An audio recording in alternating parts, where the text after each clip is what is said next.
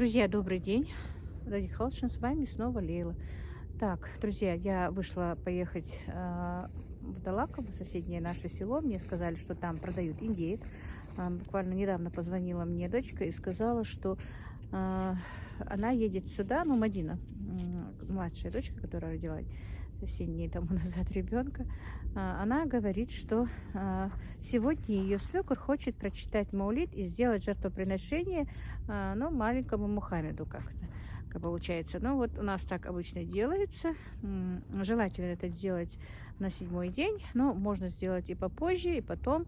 Это, ну, я читала где-то, что это называется акика, по-моему, если на русском перевести, а по-нашему это делается хакат. Мальчику и девочке, без разницы, кто там родился, приносит жертвоприношение, режут барана. И вот сегодня он решил сразу же сделать жертвоприношение и прочитать маулид там, вот так вот. Я хочу немножко тоже поучаствовать в этом деле и послать туда немножечко от себя тоже кое-что. Поэтому хочу поехать сейчас в Далаково. Говорят, там какая-то ферма, я не знаю, мне кто-то сказал, просто мне не хотелось сегодня ехать в Назрань. Да уже и время не такое, что утренние ранние рынка, наверное, уже не будет. И что-то мне не захотелось. Ну, думаю, давай-ка поеду туда посмотрю. Сейчас посмотрим, что за индейки, что да как, я не знаю. Говорят, они живые, но их нужно резать, и сразу же они там и чистят за 100 рублей. Ну, я, наверное, вам покажу, если он разрешит там поснимать, что там будет. И тут у меня рядом в Кантышево на перекрестке овощная база, которую я вам показывала. Поеду туда и сразу же наберу немного фруктов. И отправлю ящик фруктов с индейкой. Ну и все. Это, ну, небольшая часть будет от меня, им какая-то помощь. Может быть, моей дочери, наверное, понравится. Вот так вот решила я сегодня, друзья. И поэтому и вам об этом говорю. И беру вас с собой, наверное, туда. Не знаю, где и что я буду снимать по ходу. Так посмотрим. Что я сняла, что будет, вы сами, наверное, увидите. Ну все, сейчас подъедет такси. Так, оказывается, в Далаковой ферме приехала вот на ферму. Это второй отсек такой. Вот здесь вот я буду покупать индейку. Они сразу же здесь режут. И 100 рублей за то, что порезать. Ну, зарезать и почистить. 100 рублей нужно. Индюк стоит 1800. Индейка за 1500 даже у них есть. Это, конечно, хорошо. Кому нужно. Вот в Далакове есть такая ферма. Так, друзья, я во втором помещении. Наверное, меня будет плохо слышно, поднесу к лицу будет лучше. Так, здесь уже индеек. Видите, там были все индюки, а здесь больше индеек. По 1500 он говорит, что у него тут индейки. Это рядом с моим селом Кантышево. Село мое Кантышево, а индейки в селе Далаково. И вот я, наверное, хочу тоже купить сегодня. Нет, конечно, но вот наметила себе здесь очень интересные цвета. Вот такие вот серые, видите, вот эти вот серые индейки. Я их давно хотела купить. Куплю себе, наверное, на развод вот этих вот серых. А вот такой тут необычный цвет тоже. Пепельные какие-то коричневые. Ну, посмотрим, короче. Ну, друзья, если кому-то нужно в Ингушетии, вот в Далакове есть такая вот ферма. Разводят индеек. Ну, шума от них. Так, закроешь, пожалуйста. Вот такой вот у них тут двор большой. Наверное, выпускают. Мы пока ждем, пока нам почистить индейку быстро. Купила одного индюка, чтобы они почистили. Минут 10, кажется, нужно подождать. Вода все горячая, говорит. И режут, и чистят по нашим халяльским обычаям, как нужно. Так, друзья, ну вот я приехала не с рынка, а с овощной базы, и за индейкой ходила. Вы знаете, если честно, зарезанная мне она не очень-то нравится, но делать нечего. 1900 за нее заплатила, сейчас доставать не буду, ждала, пока буду чистить. Короче, отправлю вот этот вот ящик дочери. Вот таких вот 5 соков, яблоки 2 сортов, мандарины, апельсины, киви, где бананы наши. Ну, небольшая вот помощь от меня для нее будет. Груши. Так, подожди, Афина, надо будет часть груши Так, киви. Так, интересно, ящик выдержит их. Помидоры с огурцами.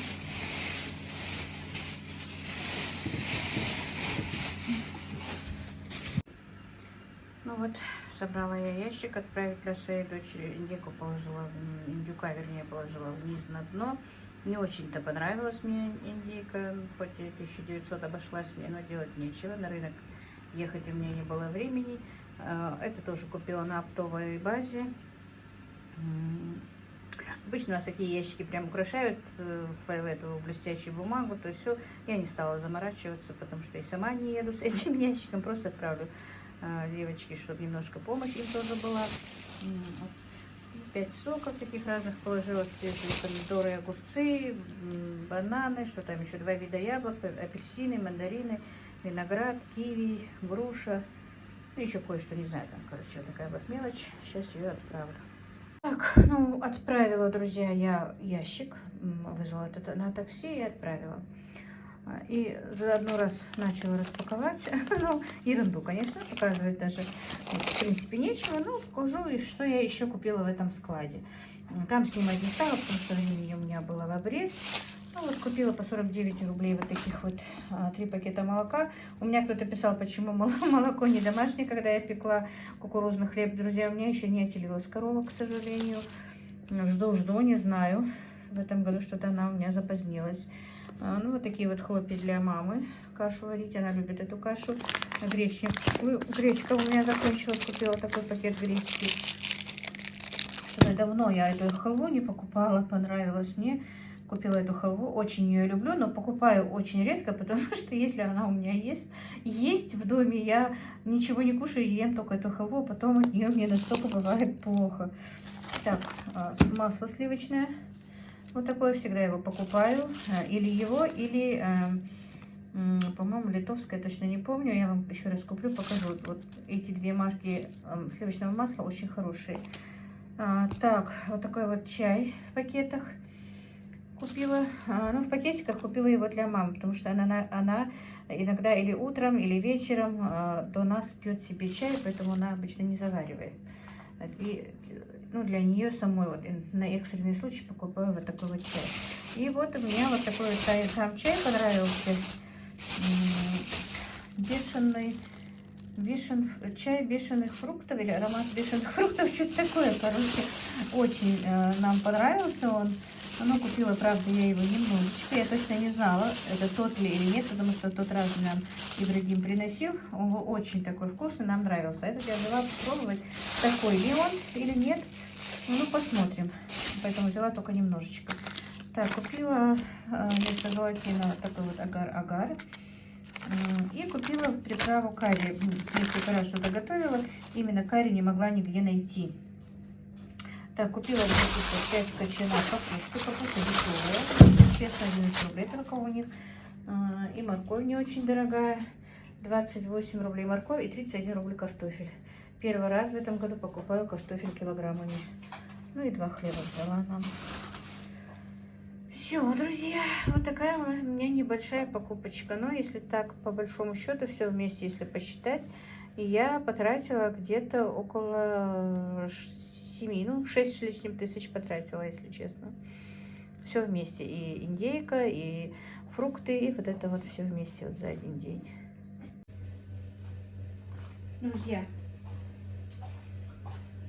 ой, захотелось мне еще уже 2 дня хочу сделать, приготовить этот салат, никак не доходит до меня руки. Начала сидеть себе его делать, а потом думаю, давай-ка заодно и покажу своим друзьям, и заодно и поговорю. Так, салатику нужно немножко настояться, поэтому я его делаю на ужин. Мой сын тоже его очень сильно любит. А что для этого салата нужно? Нужно вот такой вот копченый сыр, косичка, 200 грамм. Одно сердце отварное, и вот в такую соломинку я его уже нарезала. Если честно, хотела еще вчера сделать его. Мясо нарезанное у меня стоит со вчерашнего дня, сердце. Но вот сейчас его сделаю, поставлю, как раз будет нам на ужин. Сейчас около 6 часов, да, без 25 6. Поставлю и сделаю салатик. И заодно с вами, вот пока думаю, когда начала сидеть и волокна, вот так вот на волокна разъединять. Думаю, давай-ка я все равно обещала рассказать, что у нас делается, ну, как, когда, ну, ребенку, который, первенцу ребенка, да, для первенца, что у нас делают родители дочери. Так, ну вот, значит так. Вот видите, чтобы не очень длинные были волокна, я их немножко поменьше сократила. И теперь буду разбирать вот так вот на волокна, на тонкие волокна, и буду с вами общаться. Ну, когда у нас рождается первый ребенок, в основном полностью приданое у нас готовится родителями мамой, получается, мамой ребенка. Раньше у нас, знаете, как было, вот в мои времена еще, последние вот 5-6 лет, наверное, уже по-другому делают. Раньше делалось вот как. Когда вот рождался первый ребенок, то родители, девушки, получается, родители ребенка, мамы ребенка, родители, ну, например, я своей дочери что должна была делать, если бы это делалось раньше? Мне что, например, даже сделали? Раньше собирали приданое полностью, и ну, оно и сейчас полностью собирается. Полностью для ребенка приданое. Покупалась одежда, и, ну, если хотите, и для новорожденного, но в основном новорожденные свое приданое, там, люльку, это покупали родители мужа.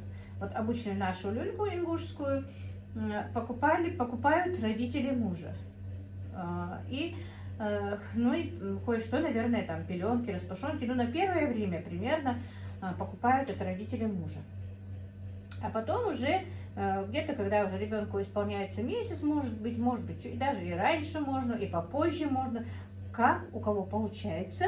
Я сейчас расскажу, как раньше делается. Сейчас делается то же самое, но скажу почему и как. Делается, ну, в смысле, покупаются вещи точно так же, но уже по-другому отвозят. Раньше вот делали так, значит, покупали для ребенка все, покупали кроватку, покупали ходунок, манеж, все вот такие вот. Если рождалась девочка, то некоторые, например, мне мама для старшей дочки привезла золотые сережки. Кто-то покупал золотые серьги, кто-то покупал, если это там мальчик, там есть машины, вот например, я своему первому внуку, Танзилиному, большую машину купила, ну, в которой ребенок садится, но она большая, стоит там, ну, тогда она стоила 5000 примерно, сейчас есть, которые подешевле и подороже, да, ну, я в смысле не дешевле 5000, а и 40 000 стоит, и 5000 стоит, и 15, и 20, короче, у кого насколько денег хватает, то и покупают. Вот, покупалась вот полностью эта кроватка с постелью, со всем этим. Покупалась одежда для ребенка, причем, ну, до какого хотите возраста. Например, мне мама покупала, для Танзилы даже были платьица, которые ей подошли в 10-12 лет. Представляете, насколько это были большие платья? Мне казалось, вот даже вот сейчас смотрю на своих детей, думаю, о боже, как они выросли. Вот когда я смотрела это платье, думаю, да когда оно будет ей как раз, зачем мама его купила? Но, оказывается, дети растут все-таки быстро. Вот так вот полностью все это собирается, запаковывается. Верхняя вся одежда, курточки, шубы, дубленочки покупают, обувь разного размера, и зимние, и летние, и колготки, и майки, и распашонки, и пеленки, если нужны. Не нужны, так уже постарше, что там сейчас покупают вот эти. Раньше же не было этих боди, не боди, которые сейчас есть. Вот, все вот это вот все покупается родителями жены, короче говоря.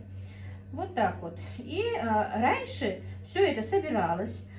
И двоюродные сестры, например, ее родная сестра, двоюродные сестры, там по материнской линии, по отцовской линии, тоже вместе с подарками. Они тоже от себя везли там костюмчики, по 2-3 хороших костюмчика, игрушки, да, игрушки покупались детям, там, ну, все, что вот для детей нужно, что ты можешь, кто на что и мог финансово, и кто на что мог, так как бы сказать, ну, сообразить, может быть, что кто как хочет, все и покупается. И вот тогда вот так вот собирались, ну, 3-4 девочки, двоюродные сестры, сестра родная, если есть. Если родной сестры нету, то, например, брата жена ехала. Но если их тоже нет, то уже, конечно, двоюродные сестры. С этим приданым ехали в гости к своей сестре, которая родила первенца.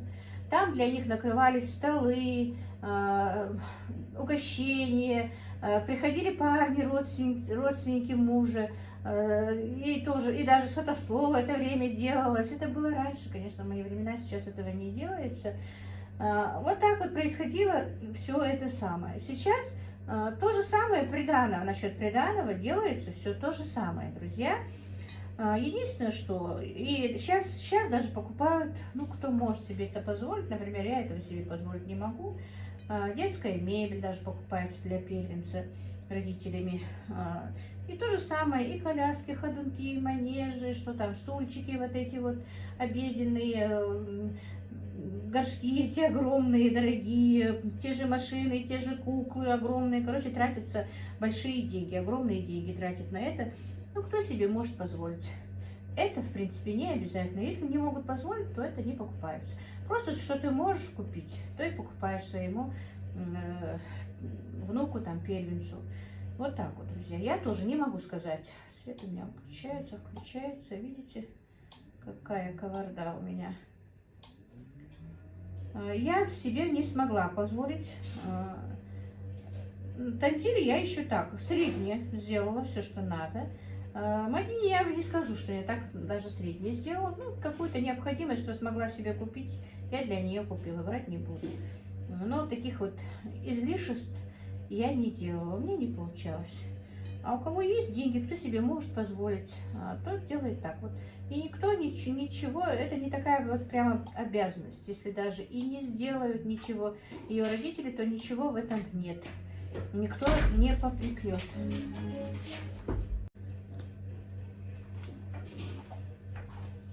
Единственное, что сейчас делается, просто вот раньше, когда я говорила, где девочки собирались и ехали туда, сейчас знаете как, вот когда уже, например, моя дочка, если первенца сейчас родила, то она приезжает, например, после первый раз, как родила ребенка, там через месяц, как можно, там через 2 недели, через месяц, через 2, ну как приедет первый раз, или как ты можешь, например, не обязательно, вдруг я через месяц не смогу, то уже можно хоть когда, как у тебя получается. Вот она приезжает с ребенком, то уже родители все, что они купили, собрали. Вот когда она уезжает обратно домой, с ней вместе и отправляют. Или даже могут просто это все собрать вместе и отправить просто в машину, никто к ним не едет. Вот единственное, вот изменилось то, что уже не едут туда. Ну, крайне редко я еще слышала, что нет-нет, доедут. Но все равно сейчас в этом плане вот немножко небольшие вот такие вот изменения.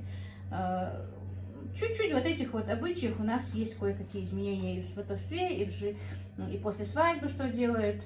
Вот небольшие там, небольшие изменения сделаны все-таки.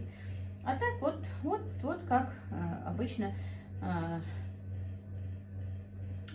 что и как вот первое приданое готовится для первенца. Конечно, это все украшается прям с балдахинами, кроватки, и подарки украшаются. Это очень красиво, конечно. Костюмчики такие, каждый в пакетик, красиво запакованные. Ну и покупают, в принципе, вот даже собирают, вот и раньше помогали, и сейчас собирают родственники. Например, вот когда первенцу что-то везут, то, например, мне помогли мои заловки, то есть тоже каждая там, денежку дала, которая костюмчик привезла, чтобы я положила в этот набор. Ну и мы также, если там у них кто-то родился, то мы помогаем тоже. Кто когда вот им надо куда-то ехать, то мы тоже или денежку в подарок дадим, чтобы они от нас костюмчики купили, или костюмчики, если у нас есть. Вот так вот мы друг другу помогаем, и это вот так вот делается. Ой, я не знаю, что за съемка у меня будет, друзья. Моргает свет, все, и моргать перестал. Наверное, не будет видно. Ага, опять включили.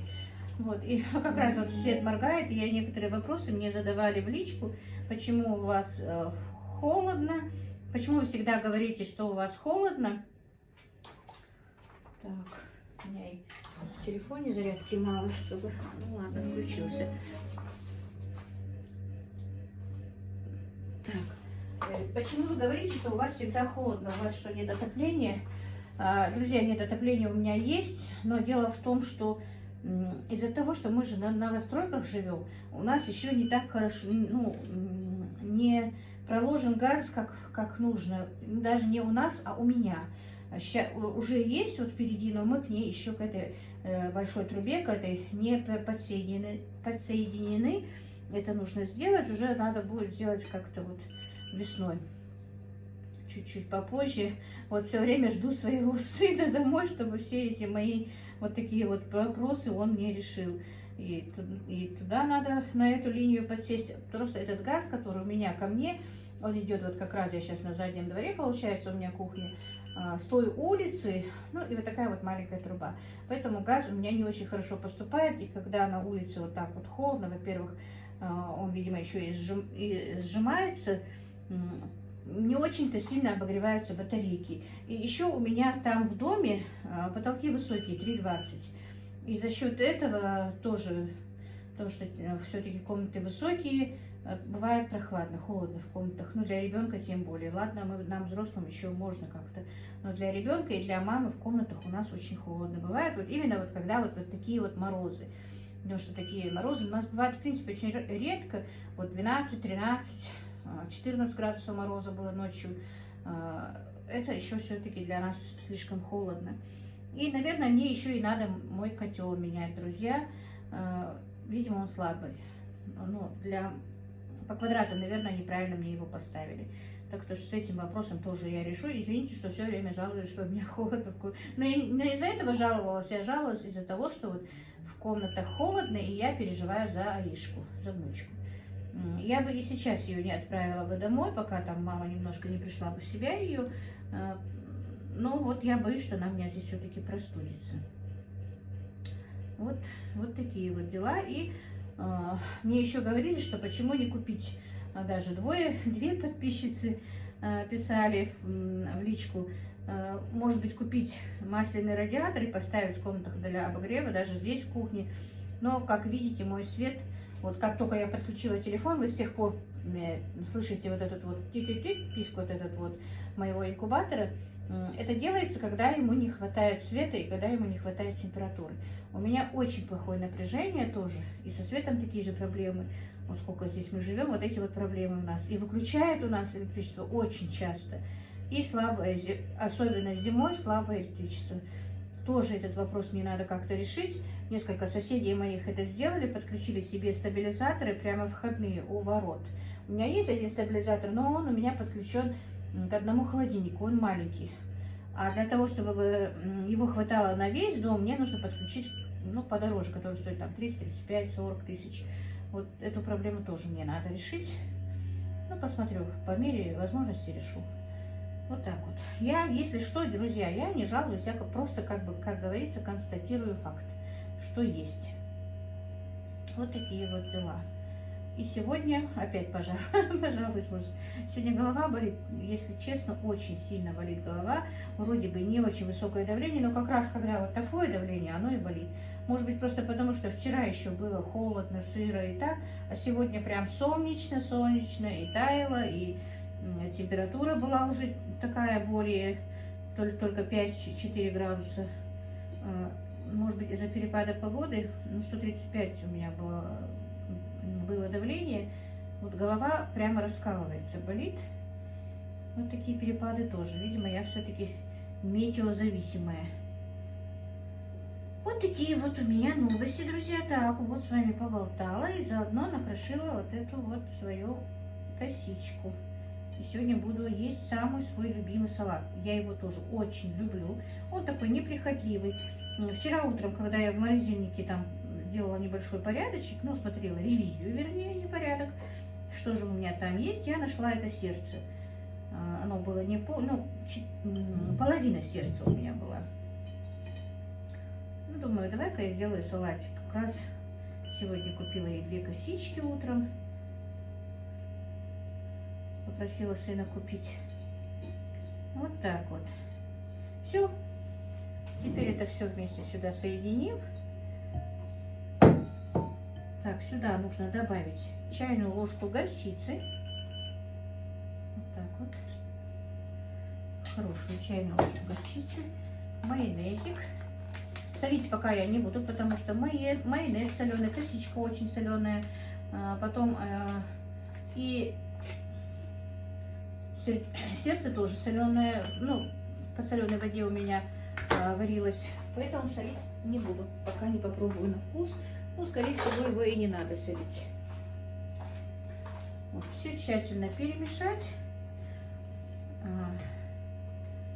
и оставить его на час-два в холодильнике, чтобы все эти вкусы горчицы, майонеза, сердца, копченой этой косички, все, чтобы вместе перемешалось. И все это очень вкусно и очень быстро. Ну, может быть, не очень полезно, конечно, но редко-редко его можно есть. И можно его ставить еще на стол. Знаете, как оно очень красиво украшает стол, когда стоит когда его просто мне туда идти не хочется, все равно не для стола. Вот стеклянная, салатница стеклянная, квадратненькая. Вот в ней ее положить, очень прям вот красиво получается. Положить салатик, под него положить листья салата, положить этот салат и потом украсить яйцом.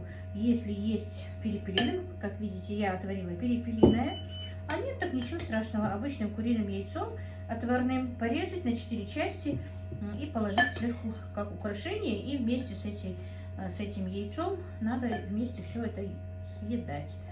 Будет очень вкусно. Ну, сейчас я просто хорошенечко перемешаю, положу яйцо и примерно вам покажу.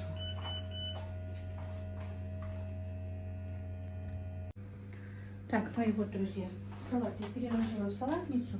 И смотрите, если бы у меня были листья салатные, как я говорила, было бы очень красиво положить внизу листья салата. И вот, значит, на половинке вот такие вот нарезается перепелиное яйцо. Одно у меня убежало. Так, если куриное, то на четвертинки. Если перепелиное, то на половинки вот такие вот.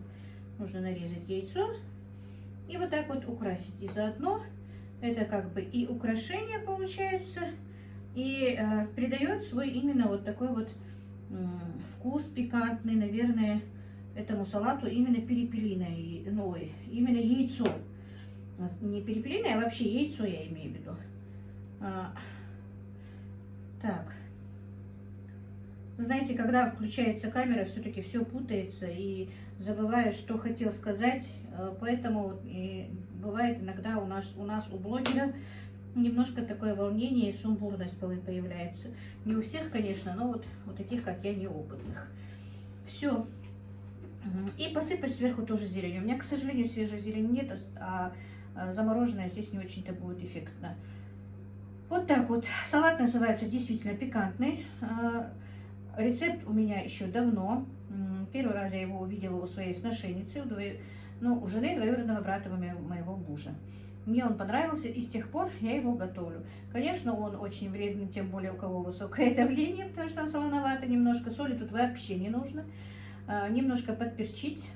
Я забыла, когда говорила, что перемешала немножко, я поперчила его черным перцем, и все. А так, салат действительно очень вкусный. Сегодня я, скорее всего, побоюсь его, наверное, поесть, не знаю, посмотрим по моему здоровью. Вот так вот, друзья, готовьте с любовью, как говорится, для себя и для своих близких. Очень вкусный салат на стол. Мне кажется, мужчинам он тоже понравится очень. Вот как-то так, друзья. На этом я хочу сегодняшний свой влог закончить. Салатику нужно, как я сказала, настояться часа, хотя бы часок, для того, чтобы он был такой вкусненький. И на ужин у нас будет этот салат и что-нибудь, что я придумаю. Не знаю, что я буду еще делать. Сейчас я буду уже монтировать, наверное, свой ролик, потому что уже поздно. И, скорее всего, он у меня зайдет тоже очень поздно. Ну вот так вот, друзья. И большое еще раз хотела вам сказать огромное вам спасибо за вашу поддержку, за ваши комментарии. Мне очень приятно, что вы всегда меня защищаете, что вы всегда на моей стороне. И что адекватных и нормальных и хороших подписчиков у меня много. Не то, что много, они все. Иногда бывает, что вот кто-то так что-то немножко напишет. Ничего страшного. А так у нас все хорошо, жизнь продолжается. Сегодняшний день практически мы уже прожили. И спасибо Всевышнему, что этот день прошел у нас, я надеюсь, и у вас, у всех, успешно, без всяких огорчений. Желаю всем на земле, чтобы никто не огорчался, чтобы мы жили в мире, в добре и согласии. Ну вот как-то так, друзья. Заходите ко мне еще раз и подписывайтесь, кто не подписался, пишите комментарии. И, ну не знаю что. Всего вам хорошего, короче.